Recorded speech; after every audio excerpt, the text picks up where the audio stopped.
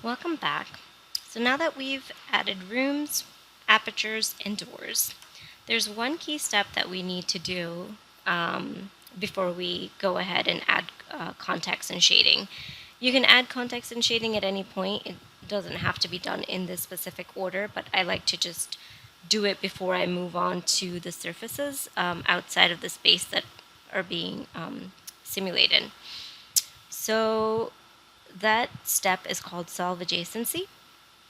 So let's go to our render settings and turn off our roof and ceiling so we can see. Alright, so I'm going to close this and we're going to switch from the color by face type to color by boundary condition. So you can see right now, without running solve adjacency, every single surface on the interior is currently reading as a exterior boundary or an outdoor boundary. So if we toggle the outdoors on and off, it will show you that the interior surfaces are turning off as well. So what we want to do is close this.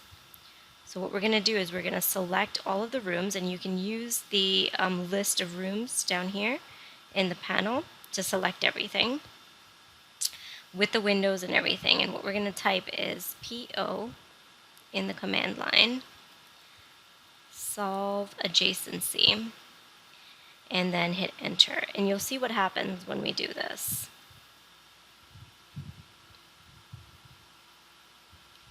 So once solve adjacency runs, what it does is it changes the boundary condition. This is a really critical step that is really important if you want your energy model to run accurately.